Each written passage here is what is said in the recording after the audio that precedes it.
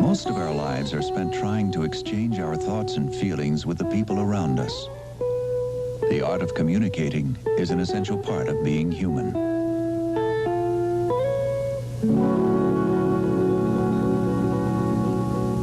We managed to change our thoughts into primitive speech and symbols which others could understand.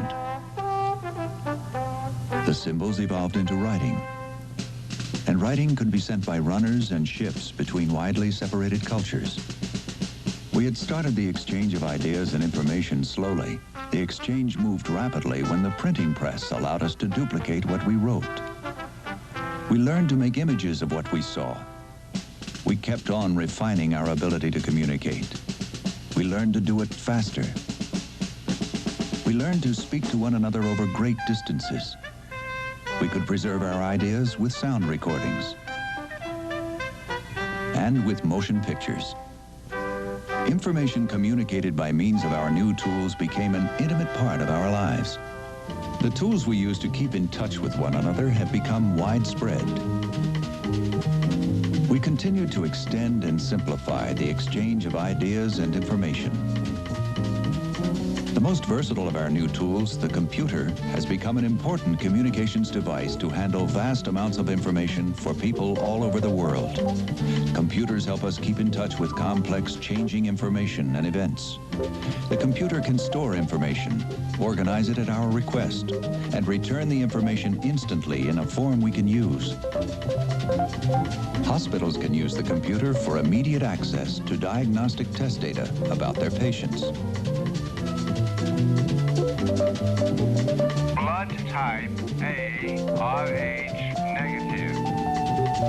Students can be kept up to date about career requirements and opportunities.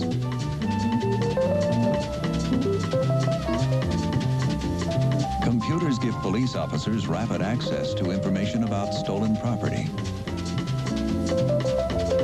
Computers help engineers and designers visualize their ideas more effectively. The computer can translate signals from a satellite into photographs that give information about land resources. The computer has become one of the important tools in the exchange of ideas and information. It extends what has always been one of our basic accomplishments, the ability to communicate.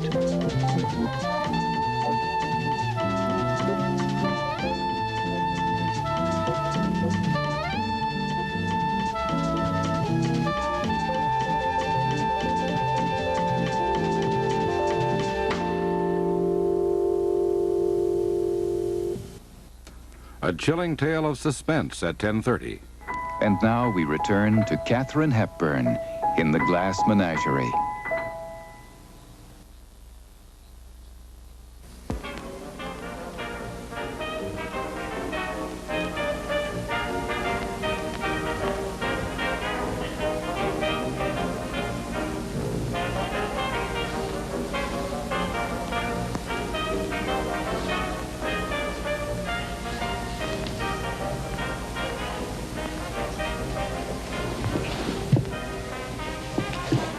Trembling so, honey? Mother, you've made me so nervous. Why? How have I made you nervous? Oh, all this fuss. You make it seem so important. I don't understand you at all, honey. Every time I try to do anything for you that's the least bit different, you just seem to set yourself against it. There, now, take a look at yourself. No, wait, just a minute. I forgot something. What is it? A couple of improvements. When I was a girl, we had round little lacy things like that, and we called them gay deceivers. Oh, I won't wear them. Of course you're going to wear them. Why should I?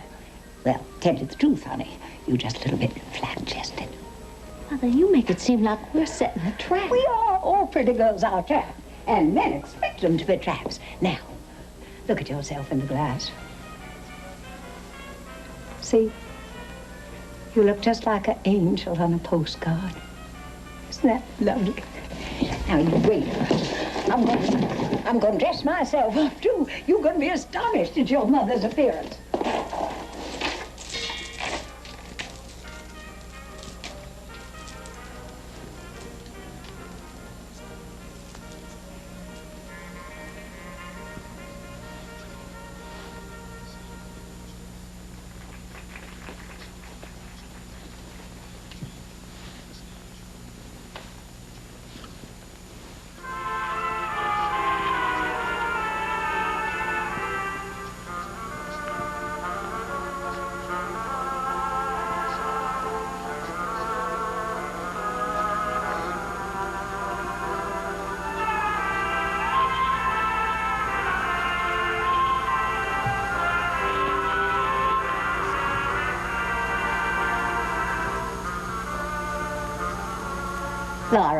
Look at me.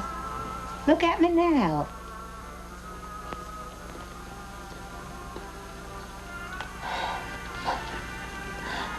How lovely. It used to be. It used to be. It had a lot of flowers on it. But they got awful tired, so I had to take them all off. I led the cotillion in this dress years ago. I won the cakewalk twice at Sunset Hill. I walked to the governor's ball in Jackson. You should have seen your mother. You should have seen your mother, how she just sashayed around the room just like that. I had it on the day I met your father. I had malarial fever, too. The change in climate from East Tennessee to the Delta weakened my resistance. Not enough to be dangerous, just enough to make me restless and giddy. Oh, it was lovely. Invitations poured in from all over. My mother said, you can't go any place. You have a fever. You have to stay in bed. I said I wouldn't. And I took quite on, and I kept on going and going. Dances every evening, long rides in the country in the afternoon, and picnics. That country, so lovely. So lovely. And May, all lacy with dogwood and simply covered with jonquils.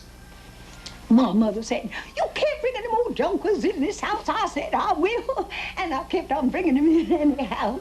Whenever I'd see them, I'd say, wait a minute, I see jonquils, and I'd make my gentleman callers get out of the carriage and help me gather some.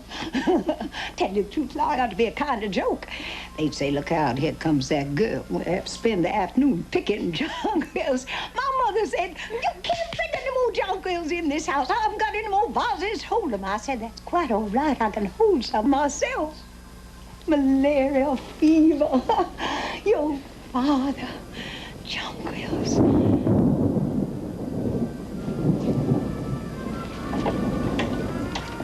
I hope they get here before it starts to rain. I gave your brother a little extra money so he and Mr. O'Connor could take a service car home. Mother, What's the matter now? what'd you say his name was? O'Connor, why? What's his first name? I don't remember. Oh, yes, I do, too. It was Jim. Yes, that was it. It was Jim. Oh, Mother, not Jim O'Connor. Yes, Jim. I've never known a Jim that wasn't nice. Are you sure that his name was Jim O'Connor? Why, sure, I'm sure. Why? Is it the one that Tom used to know in high school?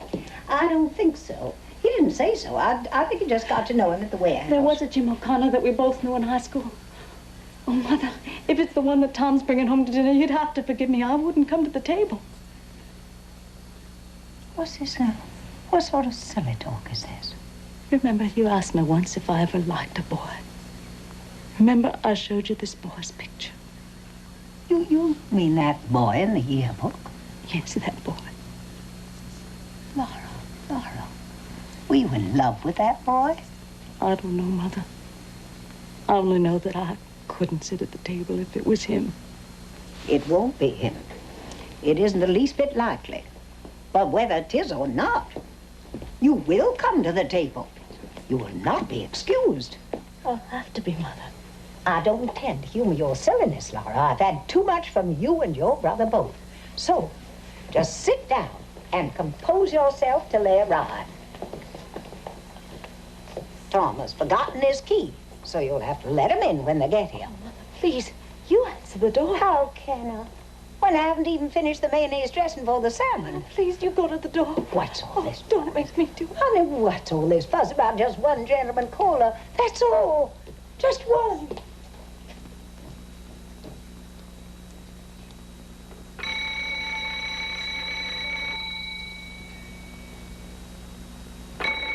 Laura?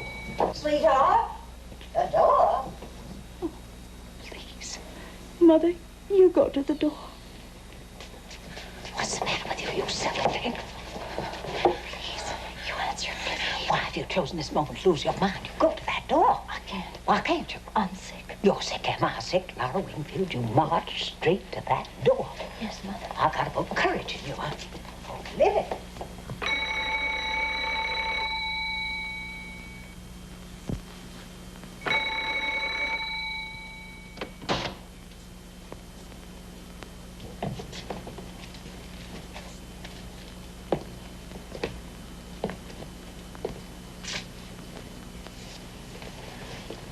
Laura, this is Jim.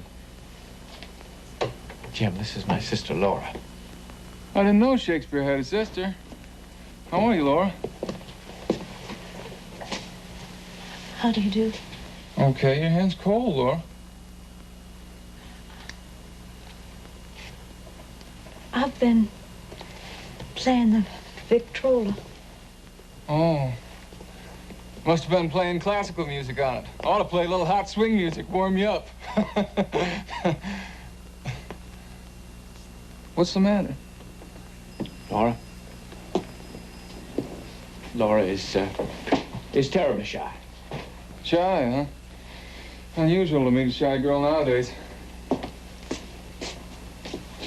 I don't believe you ever mentioned you had a sister. Well, now you know. I have one. Here's the Star Times. You want a piece of it? Uh-huh. What piece? Comics? Sports.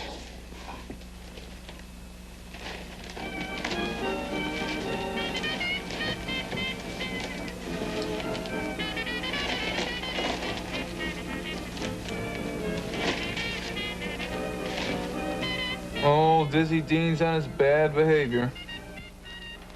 Really? Yeah.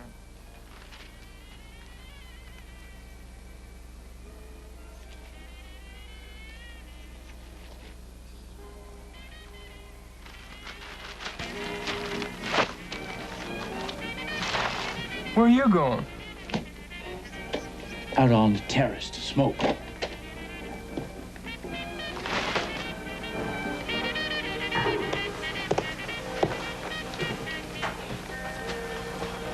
You know, Shakespeare, I'm gonna sell you a bill of goods. What goods? A course I'm taking. What course? Public speaking. You and me, we're not the warehouse type. Thanks, that's good news. What's that got to do with public speaking? Would fit you for executive positions. Yeah, it's done a hell of a lot for me. In what respect? In every respect. Ask yourself what's the difference between you and me and the guys in the office down front. Brains? No. Ability? No. And what? Primarily, it amounts to just one single thing. What's that? Social poise. The ability to square up to somebody and hold your own on any social level. Tom, Yes, Mother? you and Mr. O'Connor, Yes, Mother? make yourselves comfortable. We will. Ask Mr. O'Connor if he'd like to wash his hands. No thanks, ma'am. Took care of that down at the warehouse. Tom? Yeah. Mr. Mendoza was speaking to me about you. Favorably? What do you think? Well, You're gonna be out of a job if you don't wake up. I am waking up. You show no signs. The signs are interior. I'm about to make a change. I'm right on the point of committing myself to a future that does not include Mr. Mendoza or the warehouse, or even a night school course in public speaking. What are you gassing about? I'm tired of the movies. Movies? Yes, the movies. Look at them all. All those glamorous people having adventures, hogging it all, gobbling the whole thing up. You know what happens? People go to the movies instead of moving. Hollywood characters are supposed to have all the adventures for everybody in America, while everybody in America sits in a dark room watching them having them. Yes, until there's a war. That's when adventure becomes available to the masses. Everyone's dish, not only Gable's. Then the people in the dark room come out of the dark room to have some adventures of their own. Goody, goody. Now it's our turn to go to a South Sea island, make a safari, be exotic far off. But I'm not patient. I don't want to wait till then.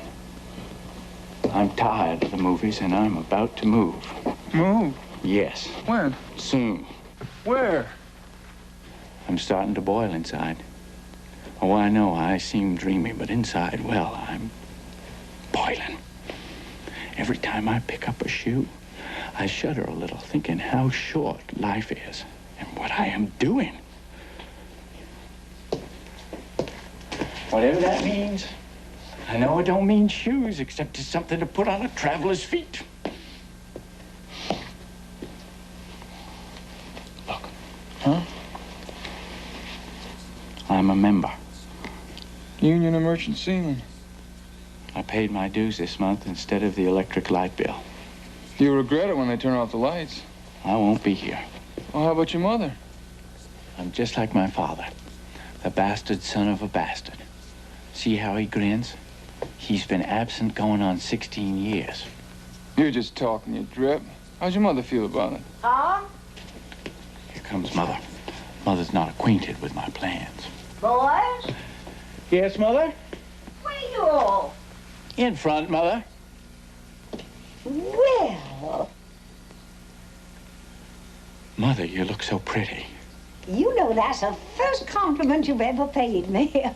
I wish you'd look pleasant when you're about to say something pleasant so I could expect it. Mr. O'Connor. How you do? Well, well, well, so this is Mr. O'Connor. Introductions entirely unnecessary. I've heard so much about you from my boy, I finally said to him, Tom, good gracious, why don't you bring this paragon to supper finally? I'd like to meet this nice young man from the warehouse instead of just hearing you sing his praises so much. I don't know why my boy is so standoffish. That's not Southern behavior. Let's sit down. And I think we can stand a little more air in here. Tom, will you leave that door wide open? Felt a nice fresh breeze a moment ago. Where has it gone to? So warm already. Not quite summer. We're going to burn up when summer really gets started. However, we're having a very light supper. I think light things better for this time of year, same as light clothes are. Light clothes and light food are what the warm weather calls for. You know, our blood gets so thick during the winter. Takes a while for us to adjust ourselves when the season changes. Comes so quick this year I wasn't prepared for. All of a sudden, good heavens, already summer. I ran to the trunk and pulled out this light dress. Terribly old, historical almost, but feels so good and so cool. Why, you How know... about our supper, Mother?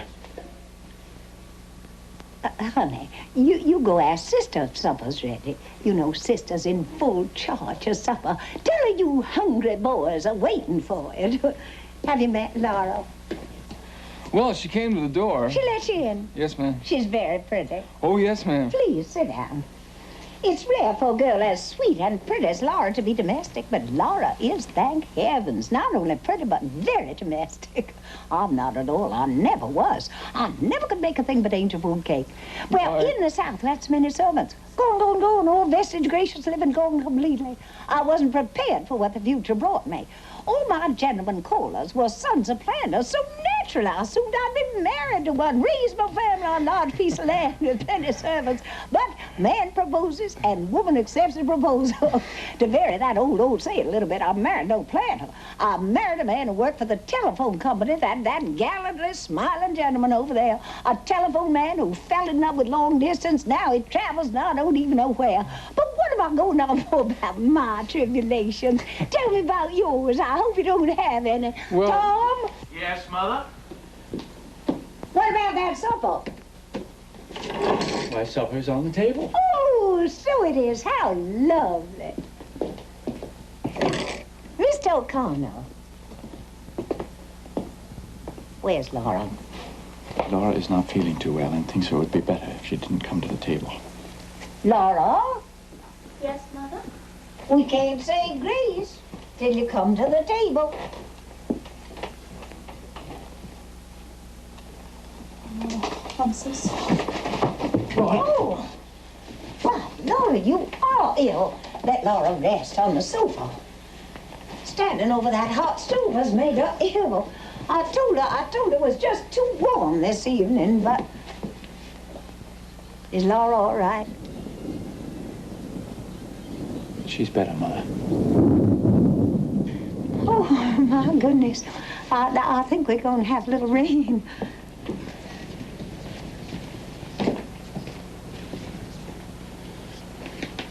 Oh, thank you, Mr. O'Connor. Tom, you say grace. What? What do we generally do before we have something to eat? We say grace, don't we?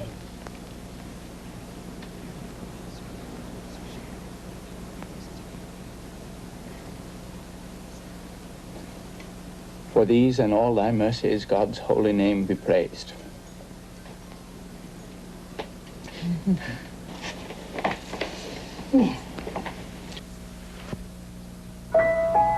The Glass Menagerie will continue following station identification. Flight of the Penguins tomorrow night at 8 on ABC. Simone Spies. She works with computers as a systems engineer. She's one of more than 1 million men and women around the world in business, universities, and government who are using computers to help people find the answers to problems. Problems like these. Keep track of inventory and shipments, calculate and print paychecks, meet the information needs of business. Find a rare blood type, diagnose a heart ailment, monitor hospital intensive care units, improve farm and herd yields, help make the best use of available land, develop hybrid grains, help police do their job better, improve traffic flow, work to clear up court congestion, help guide urban planning, improve school services, tackle water and air pollution, aid flood control, help reforest the land. These are some of the problems around us. More than 1 million people like Simone Spies, working with computers, are helping find the answers. Get a bucket of chicken, have a barrel of fun, say goodbye to the routine dinner time ho-hum. Get a bucket of chicken, finger-licking good, have a barrel of fun, goodbye ho-hum. Get Kentucky Fried Chicken, come on everyone. America loves what the Colonel cooks, a finger-licking good time, barrel of fun. A special program about the heart at 5:30. And now we return to Katharine Hepburn in the Glass Menagerie. Hold on. You gotta keep that together. I gotta move that load, and he moved it, boy. Now, wait a minute. I'm coming into something. Mr. O'Connor, I haven't had such a pleasant evening in a very long time. Oh, Miss Wingfield, let me give you a toast. Here's to the Old South. The Old South. Hey, Mr. Lightbulb. Where was Moses when the lights went out? Do you know the answer to that one, Mr. O'Connor? No, ma'am, what's the answer to that? Well, I heard one answer, but it wasn't very nice. I thought you might know another one. Oh, no, ma'am. It's lucky I put this candelabrum on the side table. Only put it on for ornamentation, but it's nice when it proves useful, too. Now, if one of you gentlemen can... Ah, good. Now we can have some illumination. There we go. Thank you, Mr. O'Connor. Not at all, ma'am. I think it must be a burnt-out fuse. Mr. O'Connor, do you know anything about a burnt-out fuse? Well, Miss Wingfield, I know a little about them, but where's the fuse box? Must you know that, too? It's in the kitchen. It's over the stove. Be careful. It's dark. Don't stumble over anything. Oh, my goodness. Wouldn't it be awful if we lost him? Mr. O'Connor, you all right? Yes, ma'am. You know, electricity is a very mysterious thing. The whole universe is mysterious to me. Wasn't it Benjamin Franklin who tied a key to a kite? I'd like to have seen that. He might look mighty silly. Some people say that science clears up all the mysteries for us. In my opinion, they just keep on adding more. Have you found it yet? Yes, ma'am, I found it all right, but them fuses look okay to me. Tom, Yes, Mother? that light bill I gave you several days ago, the one I got the notice about, Oh, yeah, you mean last month's bill? you didn't neglect it by any chance. Well, I... You did. I might have known. Oh, maybe Shakespeare wrote a poem on that light bill, Miss Wingfield. Oh, well, maybe he did. I should have known better than to trust him with it. There's such a high price for negligence in the world today. Well, maybe the poem will win a $10 prize. We just have to spend the rest of the evening in the 19th century before Mr. Edison found that Mazda lamp. Well, candlelight's my favorite kind of light. That shows you're romantic, but it's no excuse for Tom. However, I think it was very nice of them to let us finish our dinner before they plunged us into everlasting darkness. Tom was a penalty for your chemist. He's going to have to help me with the dishes. Can I be some help, ma'am? Oh, no, I couldn't allow that. Oh, it ought to be good for something. What did I hear? I just said it ought to be good for something. That's what I thought you said. Well, Laura's all by lonesome out front. Maybe you'd like to keep her company. I can let you have this lovely old candelabrum for light. Used to be on the altar of the Church of the Heavenly Rest, but it melted a little out of shape when the church burned down. The church was struck by lightning one spring, and Gypsy Jones, who was holding a revival meeting in the village, said that the church was struck by lightning because the Episcopalians had started to have card parties right in the church. Is that so, ma'am? I'll never say anything that isn't so. Beg your pardon, ma'am. I'd like Laura to have a little dandelion wine. Do you think you can hold them both? I can try. Tom, get into that apron.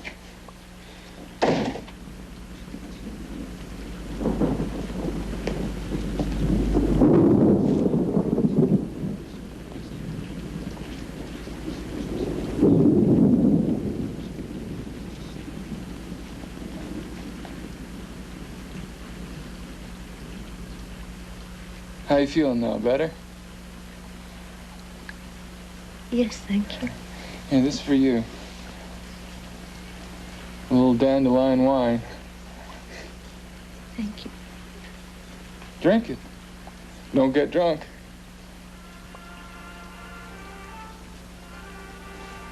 Where do I put the candles? Anywhere. Well, how about right here on the floor? Any objections? No. I'll just spread our newspaper under it and catch the drippings. You know, I like to sit on the floor. You mind if I do? No. Would you give me a pillow? What? A pillow.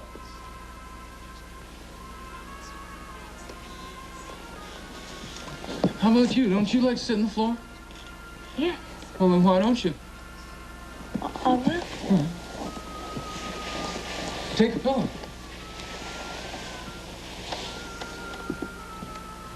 You know, I can't see you sitting way over there. I can see you. Yeah, but that's not fair. You know, I'm in the limelight.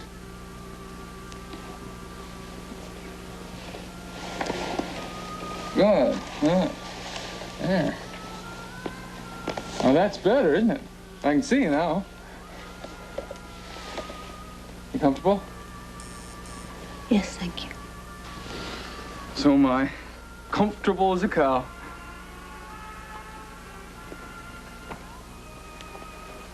Would you care for a piece of chewing gum? No, thank you. Well, I think that I will indulge, with your permission. Boy, think of the fortune made by the guy who invented the first piece of chewing gum. Amazing, huh?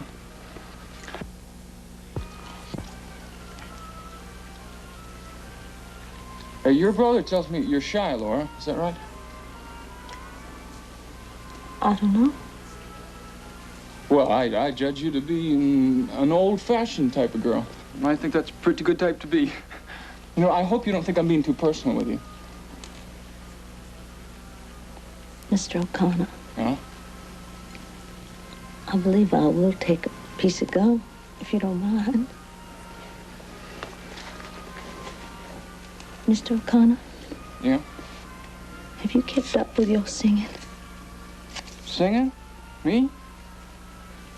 Yes, I remember what a beautiful voice you had. You heard me sing? Yes, very often. I don't suppose you remember me at all. Well, as a matter of fact, I did have an idea. I've seen you somewhere before. You know, it almost seemed like I was about to remember your name, but the name I was about to remember wasn't a name. So I stopped myself before I said it.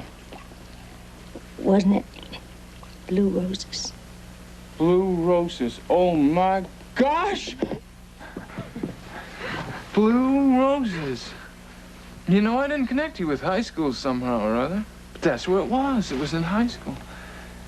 Gosh, I didn't even know you were Shakespeare's sister. Gosh, I'm sorry. I didn't expect you to. You barely knew me.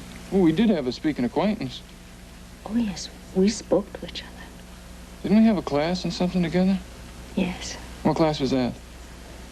We're singing chorus. Oh, yeah. I sat across the aisle from you Mondays, Wednesdays, and Fridays in the auditorium. Mondays, Wednesdays. Oh, yeah, I remember now. You're the one who always came in late. Well, I had difficulty getting up the stairs. I had this brace on my leg then, and it clumped so loud. Oh, I never even noticed. Everyone was seated when I came in, and I had to walk in front of all those people. My seat was in the last row, and I had to go clumping up the aisle with everybody watching. You shouldn't have been self-conscious. I know, but I was. You mean you were shy with people? Well, I tried not to be, but I never could. Overcome it? No, I never could. Yeah. You know something, Laura? People are not so dreadful when you get to know them. That's what you have to remember. And everybody has problems. Not just you. Practically everybody has problems. You think yourself as being the only one who's disappointed. Just look around you, and what do you see? A lot of people just as disappointed as you are. Oh, you take me, for instance. Boy, well, when I left high school, I thought I'd be a lot further along at this time than I am now. Remember that wonderful write-up I had in the KABC? Huh? It said that I was bound to succeed in anything I went into. Where are you going?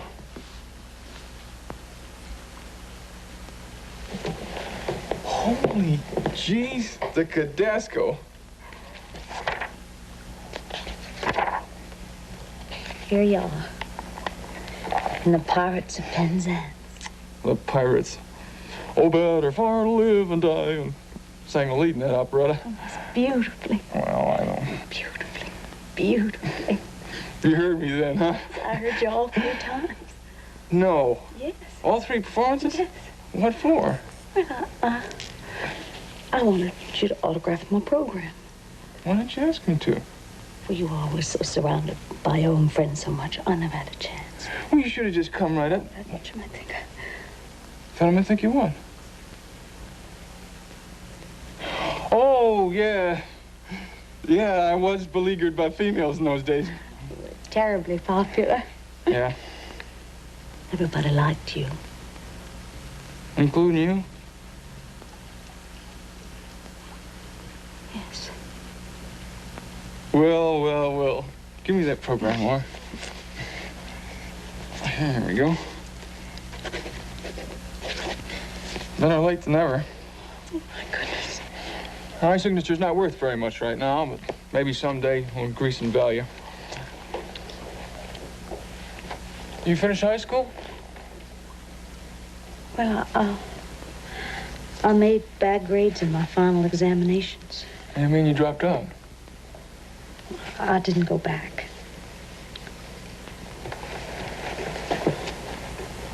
How's Emily Meisenbeck getting along? That crowdhead? Why do you call her that? Because that's what she was. You're not still going with her? I never even see her. It said in the personal section that you were engaged. I know, but I wasn't impressed by that propaganda. It's not true. Only in Emily's optimistic opinion. What have you done since high school? What? Huh? I said, what have you done since high school? I took a business course at business college. Oh, you did? How'd that work out? Not very well. I had to drop out. It gave me indigestion. You know what I judge to be the trouble with you? Inferiority complex. You know what that is? That's what they call it when a fellow low rates himself. Now, I understand it because I had it myself. Only in my case, it's not as aggravated as yours seems to be. Now, I had it until I took up public speaking and developed my voice and learned that I had an aptitude for science. You know that until that time, I never thought of myself as being outstanding in any way whatsoever. Oh, my. Now, I haven't made a regular study of it, mind you. But I have a friend who says I can analyze people better than doctors make a profession of it. I don't claim that's necessarily true, but I sure can guess a person's psychology. Excuse me, Laura. Always take it out when the flavor's gone. Just wrap it in a piece of paper here. I know how it is when you get it stuck on a shoe. Yeah, that's what I judge to be your principal trouble. A lack of confidence in yourself as a person. Now, I'm basing that fact on a number of your remarks and on certain observations I've made. For instance, that clumping you thought was so awful in high school? You say you dreaded to go upstairs? See what you did? You dropped out of school. You gave up an education, all because of a little clump, which, as far as I'm concerned, is practically non-existent. Oh, little physical defects, all you have. It's hardly noticeable, even. Magnified 1,000 times by your imagination. Now, You know what my strong advice to you is? You got to think of yourself as being superior in some way. In what way would I think? Why, man alive, Laura, look around you and what do you see? A world full of common people. All of them born and all of them gonna die. Now, which of them has 1/10 of your strong points? Or mine? Or anybody else's for that matter? You see, everybody excels in some one thing. Well, some in many. Take me, for instance. Now, my interest happens to lie in electrodynamics. I'm taking a radio engineering course at night school, on top of a fairly responsible job at the warehouse. I'm taking that course and studying public speaking. Oh, my. Because I believe in the future of television. I want to be ready to go right up along with it. I'm planning to get in on the ground floor. Already made the right connections. And all that remains now is for the industry itself to get underway. You know, full steam. Money, rooga-jooga-jooga-jooga. Knowledge, rooga-jooga-jooga-jooga-jooga. Power, rooga-jooga-jooga. Wham! Now that's the cycle democracy's built on.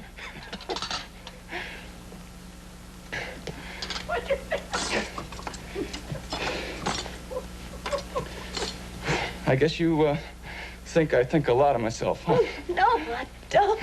Well, how about you? I mean, isn't there some one thing you take more interest in than anything else? Well, I have my glass collection. Oh, you do? What kind of glass is it? It's little articles of it. They're ornaments, mostly. Most of them are little animals made out of glass. They are the tiniest little animals in the world. Mother calls it my Glass Menagerie. Here's one. This one is one of the oldest. He's nearly 13. Oh, be careful. If you breathe, it breaks. Well, I'm gonna not take it. I'm pretty clumsy with things. Oh, no.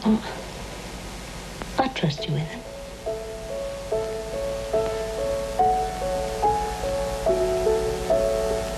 There. Now, you're holding him gently. Hold him over the light. He loves the light.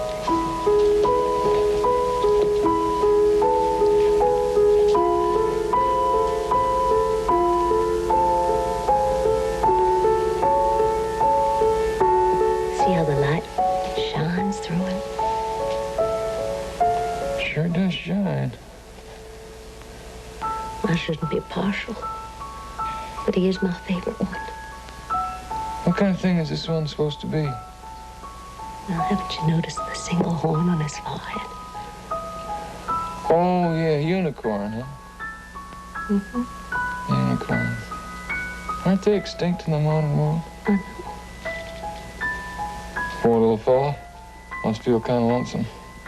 Well, if he does, he doesn't complain about it. Oh, he doesn't, huh?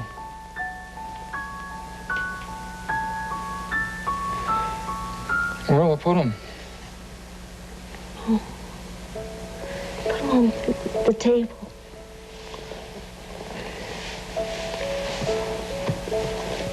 They all like a change of scenery once in a while.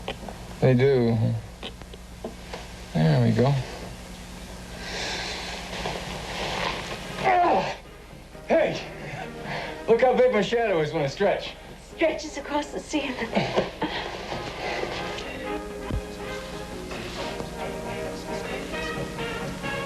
Where's the music come from?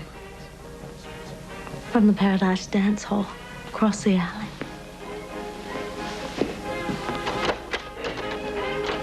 Stop raining. How about cutting a rug, little Miss Wakefield? Or is your program all filled up? Let me take a look at that. Every dance is taken. I'll just have to scratch some of them out of there.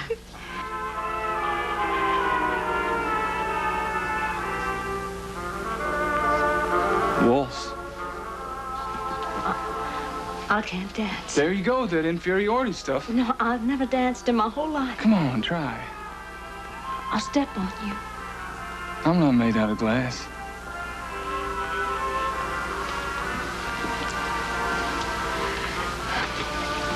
How do we start? Well, raise your arms a little. Like this? A little bit higher. There we go. Now, don't tighten up. That's the principal thing. Just relax. Oh, it's hard not to. Okay. Oh, I bet you can't budge me. What do you want to bet I can't?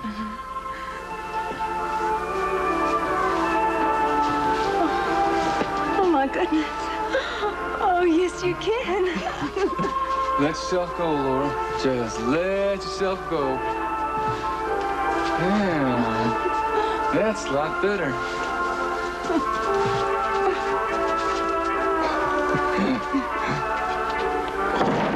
Oh, my God. Oh, it doesn't matter.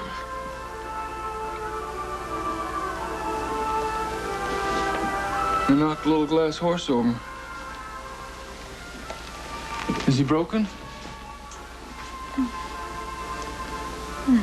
No, it's just like all the other horses. Oh, you mean he lost his, It's his horn. Well, it doesn't matter. Maybe it's a blessing in disguise. I bet you never forgive me for that. I bet that was your favorite piece of glass. I don't have favorites much. It's no tragedy. Glass breaks so easily, no matter how careful you are. Traffic jars the shelves and things fall off them. Still, I'm awfully sorry that I was the cause of it. I just imagine he had an operation, and the horn was removed to make him feel less freakish. Now he'll be like all the other horses, the ones that don't have horns.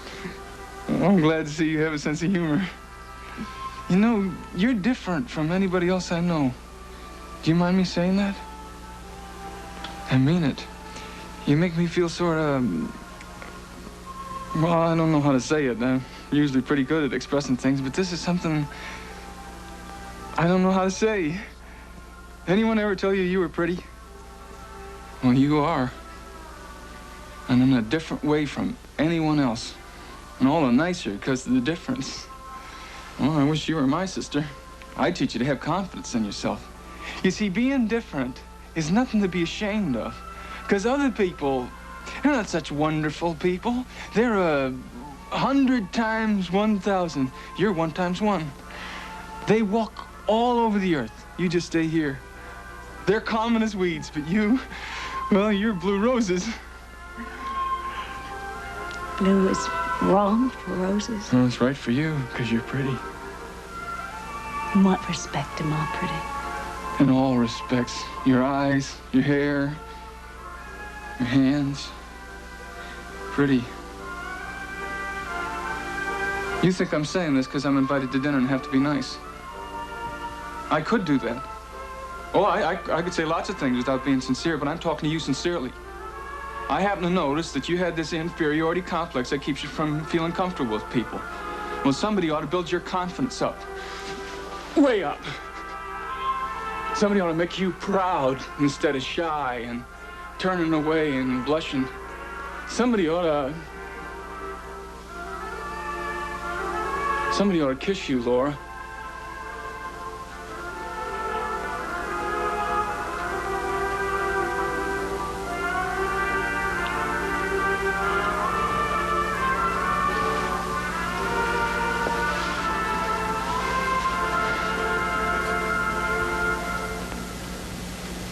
I shouldn't have done that. Oh, my God. Oh, that was way off the beam.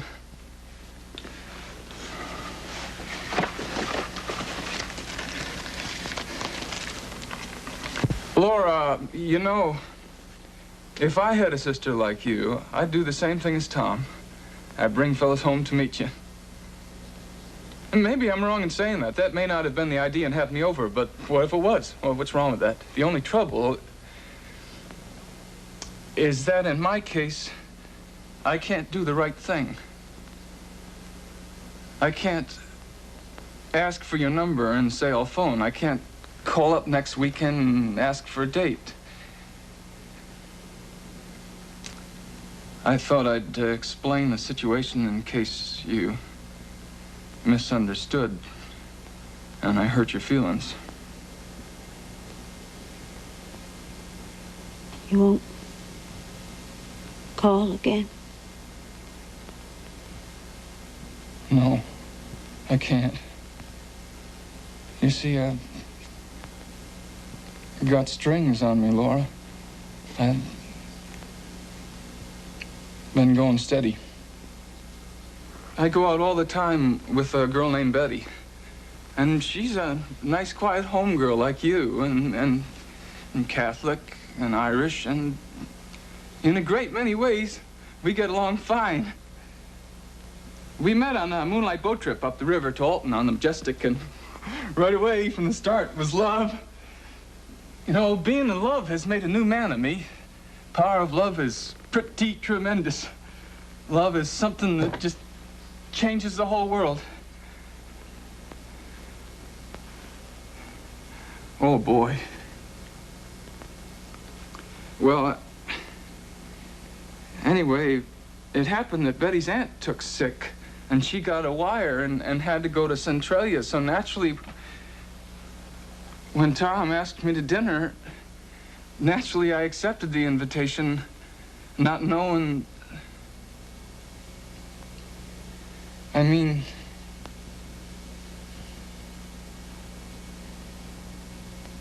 not knowing.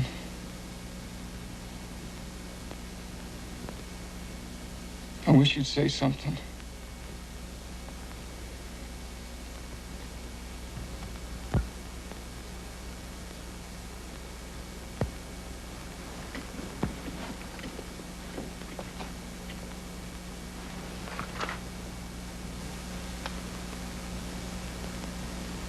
What are you doing that for?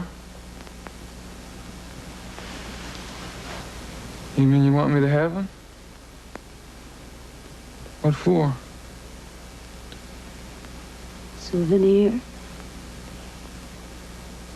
Lemonade, lemonade, made in a shade and stirred with a spade, and then it's good enough for any old maid. Do you know that song, Mr. O'Connor? No, ma'am, I never heard it. Why are you so serious, honey? Well, we were having a serious conversation. I don't understand modern young people.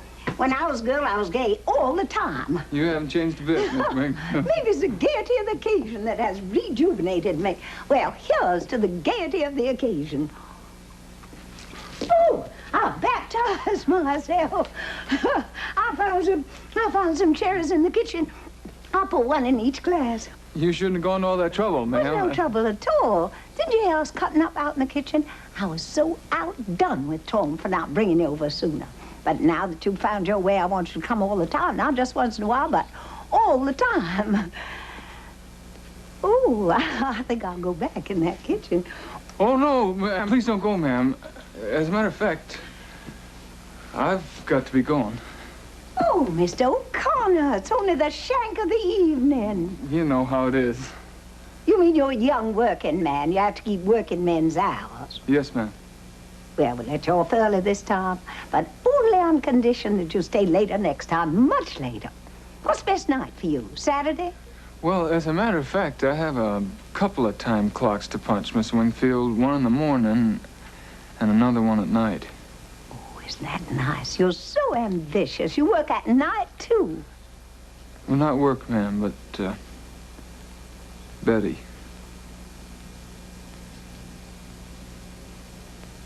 Betty? Who's Betty? Oh, it's just a girl I go steady with. You mean it's serious? We're going to be married second Sunday in June. Tom didn't say anything at all about you going to be married. Well, the cat's not out of the bag at the warehouse yet. You know how they are. They call you Romeo and stuff like that. Well, Miss Wingfield, it's been a wonderful evening. I guess this is what they mean by Southern hospitality. It was nothing at all. I hope it don't seem like I'm rushing off, but I promised Betty I'd pick her up at the Wabash Depot, and by the time I get my jalopy down there, her train will be in. Some women are pretty upset if keep waiting. I know all about the tyranny of women. Well, goodbye, Mr. O'Connor. I wish you happiness and good fortune. You wish him that, too, don't you, Laura? Yes, I do, Mother. Goodbye, Laura.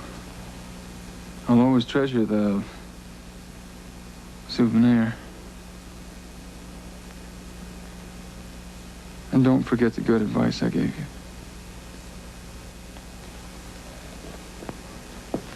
So long, Shakespeare. Thanks again, ladies. Good night.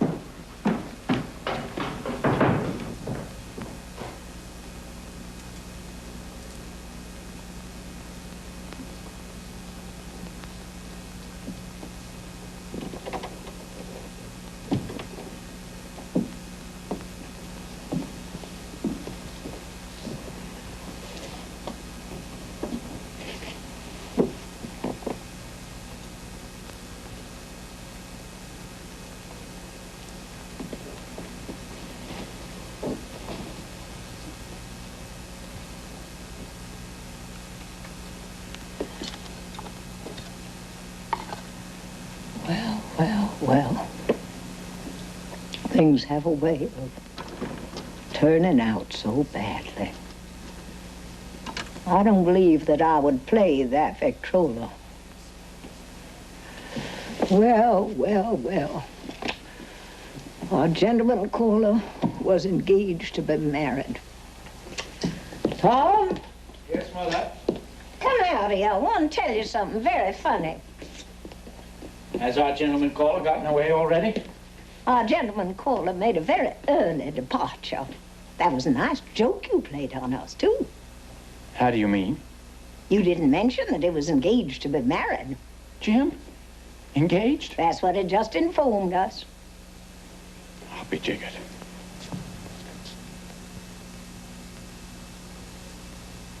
I didn't know. That seems very peculiar. What's peculiar about it? Didn't you tell me that he was your best friend down at the warehouse? He is, but how did I know? It seems very peculiar that you didn't know that your best friend was engaged to be married. The warehouse is where I work, not where I know things about people. You don't know things anywhere.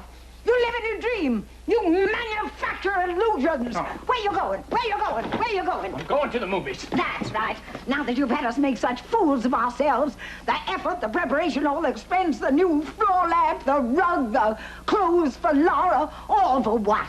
To entertain some other girl's fiancé. Go to the movies, go. Don't think about us, a mother deserted, an unmarried sister who's crippled and has no job. Don't let anything interfere with your selfish pleasure. Just go to the movies. All right, I will.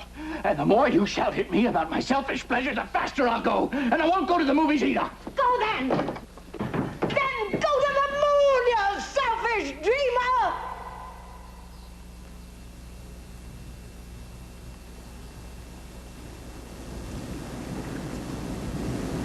I didn't go to the moon. I went much farther. For time is the longest distance between two places. I left St. Louis and followed from then on in my father's footsteps, attempting to find in motion what was lost in space. I traveled around a great deal. The city swept about me like dead leaves, leaves that were brightly colored but torn away from the branches. I would have stopped, but I was pursued by something. Perhaps I am walking along a street at night in some strange city before I have found companions, and then all at once my sister touches my shoulder. I turn around and look into her eyes. Oh, Laura. Laura, I've tried to leave you behind me, but I am more faithful than I intended to be. I reach for a cigarette. I buy a drink. I talk to the nearest stranger. Anything that can blow your candles out. For nowadays, the world is lit by lightning. Blow out your candles, Laura.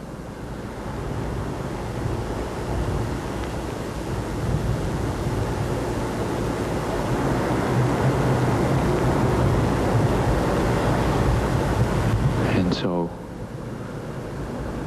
goodbye.